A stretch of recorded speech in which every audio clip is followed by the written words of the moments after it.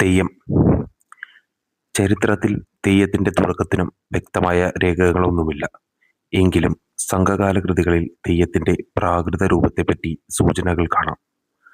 വാമൊഴി അറിവുകൾ പറയുന്ന ഐതിഹ്യവും മഹേന്ദ്രജാലവും ഇന്ദ്രജാലവും മറ്റും പഠിപ്പിച്ച മാന്ത്രികനായ മണ്ണാക്കാടൻ ഗുരുക്കൾ കോലത്തിരിയുടെ രാജധാനിയിൽ ഒറ്റ രാത്രി കൊണ്ട് ദൈവങ്ങളെല്ലാം പ്രീതിപ്പെടുത്തി 40 തെയ്യക്കോലങ്ങൾ കെട്ടിയാടി എന്നാണ്.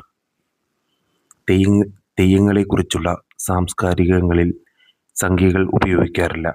അതുകൊണ്ട് ഏറെക്കുറെ 40 എന്നത് 39 സൂചിപ്പിക്കുന്നു.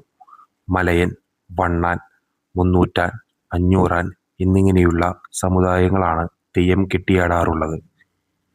ഇവർ ജാതിശ്രേണിയിൽ താഴേക്കിടയിൽ ഉള്ള സമൂഹമാണ്.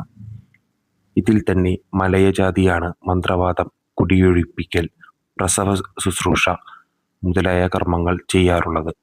മലയ സമൂഹത്തിൻ്റെ കുലദൈവമാണ് ഗുളികൻ. മലയൻ്റെ അച്ഛൻ ഗുളികൻ എന്ന ഒരു പ്രയോഗം തന്നെ പണ്ട് ഉപയോഗിച്ചിരുന്നു.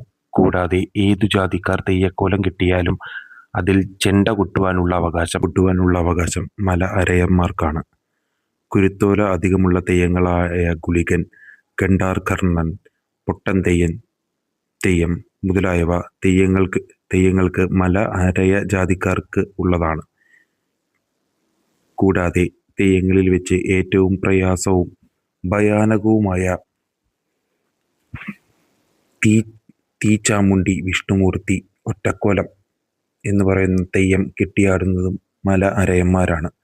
ആടയാഭരണങ്ങൾ ധാരാളമുള്ള പുതിയ ഭഗവതി മുതലായ തെയ്യങ്ങൾ കെട്ടുന്നത് വണ്ണന്മാരാണ്. സുപ്രസിദ്ധമായ മുത്തപ്പൻ തെയ്യം കെട്ടാറുള്ളതും വണ്ണന്മാരാണ്. ജാതി വ്യവസ്ഥ ഇന്നും നിലനിൽക്കുന്ന ഒരു സമൂഹമാണ് തെയ്യ സമൂഹം. കുടുംബത്തിൻ്റെ ഭാഗമായുള്ള കാവുകളുടെ അധികാരങ്ങളായി നിലകൊള്ളുന്ന തീയ, നമ്പ്യാർ, നായർ മുതലായ ജാതി ശ്രേണിയിൽ തെയ്യം കെട്ടുന്നവരെക്കാളും ഉയർന്നു നിൽക്കുന്ന സമൂഹം. തെയ്യത്തിനു വേണ്ട പീഠം, അതായത് ഇരിപ്പിടം ഒരുക്കുന്നത് ആശാരിമാരാണ്. വാളും മറ്റു അനുബന്ധ വസ്തുക്കളും കൊല്ലന്മാർ. തെയ്യത്തിനാവശ്യമായ കള്ളും തീച്ചാമുണ്ടി മുതലായ തെയ്യങ്ങൾക്ക് ആവശ്യമായി വരുന്ന കനൽ കുമ്പാരങ്ങൾ ഒരുക്കുവാനുള്ള അവകാശം തീയന്മാർക്കാണ്. എന്നിങ്ങനെ ജാതി വ്യവസ്ഥ ഇന്നും നിലനിന്നു പോരുന്ന ഓരോ കാവിലും തെയ്യം കെട്ടേണ്ട അവകാശങ്ങൾ ഓരോ തെയ്യം കെട്ട് കുടുംബത്തിനും വീതിച്ചു പകുത്തു നൽകിയിരിക്കുന്നതാണ്. അതുപോലെ ഓരോ സമുദായത്തിനും അവരുടേതായ കുല തെയ്യങ്ങളുമുണ്ട്.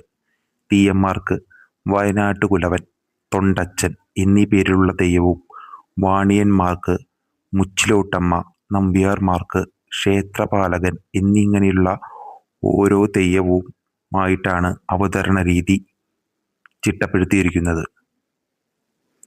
മുഖമെഴുത്ത്, അതായത് ചുട്ടി, ഉടയാട എന്നീ കാര്യങ്ങളിൽ വ്യത്യസ്തമാണെങ്കിലും ചില കോമൺ ഫാക്ടേഴ്സ് നമുക്കിവിടെ കാണാൻ കഴിയും. അത്തരത്തിലുള്ള ഒന്നാണ് തെയ്യം കെട്ടാൻ പോകുന്ന കോലാധാരി കാവിൽ കയറി കാവ് അധികാരിയുടെ കയ്യിൽ നിന്നും ദക്ഷിണ വാങ്ങിയാൽ പിന്നെ തെയ്യം കഴിഞ്ഞു മാത്രമേ കാവിൽ നിന്നും പോകാൻ പാടുള്ളൂ. അതുപോലെ എല്ലാ തെയ്യത്തിനും പൊതുവായ മറ്റൊരു സവിശേഷത തോറ്റം എന്ന അനുഷ്ഠാനമാണ്. വെള്ളാട്ടം എന്ന പേരിലും ഇതറിയപ്പെടുന്നു. ഓരോ തെയ്യത്തിനും അതിൻ്റേതായ തോറ്റം പാട്ടുണ്ടാകും. തെയ്യത്തിൻ്റെ മുമ്പ് പാതിയണിഞ്ഞ ഉടയാഭരണങ്ങളോടുകൂടി പാട്ടും പാടി തെയ്യം പ്രതിനിധാനം ചെയ്യുന്ന മൂർത്തിയെ ഉണർത്തലാണ് തോറ്റം കൊണ്ട് ഉദ്ദേശിക്കുന്നത്.